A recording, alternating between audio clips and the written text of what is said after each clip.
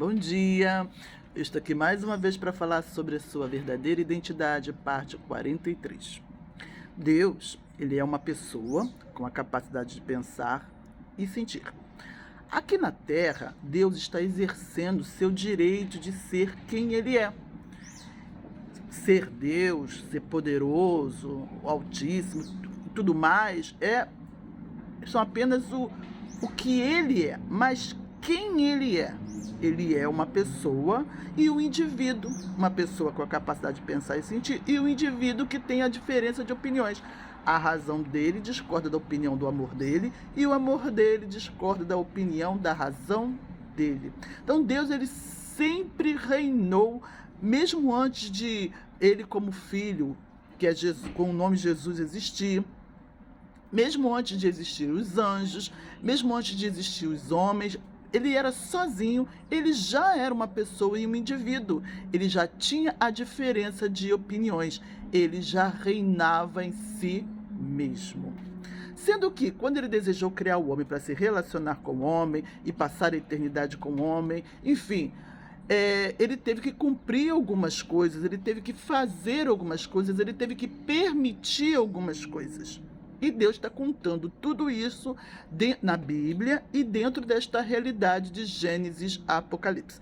Tudo que nós vemos no mundo, nada é por acaso. Nenhuma ciência, matemática, biologia, química, física, literatura, psicologia, o raio, o vento, o sol, as estrelas, o homem, nada, a bactéria, o vírus, nada é por acaso. O mar, as árvores, os animais, tudo tem Deus, o amor de Deus está desenhando verdades espirituais para combater as mentiras da razão de Deus. Porque a Bíblia está revelando a razão de Deus está falando e o amor de Deus também está falando na Bíblia. E como elas discordam da opinião do outro, por isso que a Bíblia parece contraditória.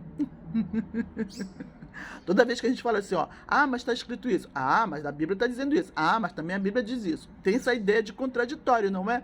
Por que isso? A razão de Deus está falando e ela discorda da opinião do amor de Deus. E como o amor de Deus também fala na Bíblia, discorda da opinião da razão de Deus. Então dá esta impressão de contradição, mas não é. É apenas porque a gente não entendia, não conhecia, que era a razão e o amor de Deus falando, que elas discordam entre si. Mas agora, porque era necessário que fosse assim, mas como está chegando o tempo do arrebatamento, Deus está trazendo à tona toda a verdade. Porque começou com a verdade e vai terminar com a verdade. Então, a verdade é tudo aquilo que Deus fez até Gênesis, na criação do mundo. Quando Deus deu a ordem, não coma, foi uma necessidade, até os dias de hoje. Só que agora, como está chegando o arrebatamento, Deus está trazendo à tona tudo aquilo que ele teve que permitir que a razão falasse, através dele, através do homem, enfim. Então Deus está trazendo a verdade em relação a Jesus e a nós também à tona. Glória a Deus. Então a razão é tudo de negativo, mas ela tem o direito de falar porque ela está representada pela capacidade de pensar, que está sendo representada pela cabeça de Jesus e pela cabeça do homem. A capacidade de pensar é algo positivo, é algo maravilhoso. O que é negativo é a razão ou o raciocínio lógico, que ficou encoberta até os dias de hoje atrás de Satanás. Satanás é que ficou como o carro-chefe, é o que foi exposto.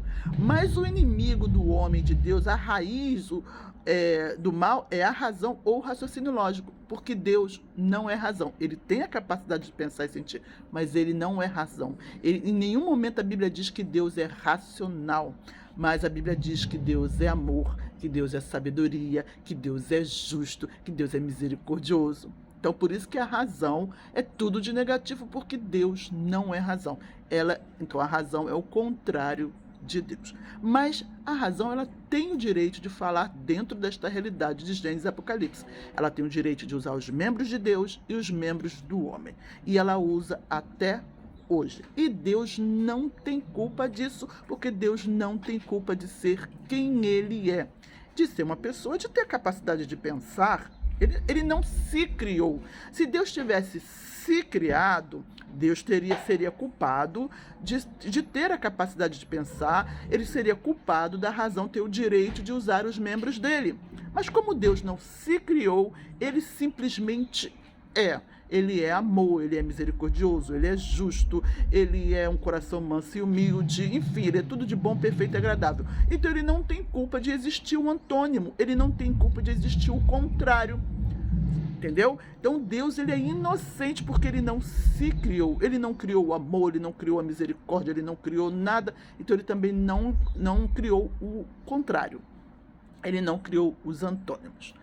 Portanto, Deus, ele é inocente. Então o homem também é inocente. Porque o homem não se criou. O homem foi criado. O homem não tem culpa de Deus ter criado. O homem é a sua imagem e semelhança, de ter feito o homem uma pessoa com a capacidade de pensar e sentir. O homem não tem culpa da razão, também tem o direito de usar os membros do homem, mesmo sendo tudo de negativo. Então, todo mal que nós vemos na igreja e no mundo, o homem não tem culpa. O homem é inocente, como Deus é inocente, porque Deus não se criou. Então, o homem também não se criou.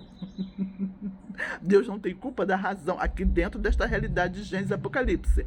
Deus não tem culpa da razão ter o direito de usar os membros dele, porque ele está exercendo o direito dele ser quem ele é, o direito de ser uma pessoa e um indivíduo. E o homem também não tem culpa de ser quem é, uma pessoa e um indivíduo. O homem não tem culpa de ser a imagem e semelhança de Deus. Então é assim que o amor de Deus vê o homem, inocente. Um dos motivos porque Deus vê o homem como inocente. Porque nós, da mesma forma que Deus é inocente, porque ele não tem culpa de ser quem ele é, o homem também não tem culpa de ser quem é. Mesmo tendo a razão usando os nossos membros e usando os membros de Deus, Deus e o homem são inocentes. Amém? Vou ficando por aqui. Até a próxima, se Deus permitir. Não acabou não, ainda tem muita coisa do coração de Deus para o nosso coração. Tchau, tchau e tchau.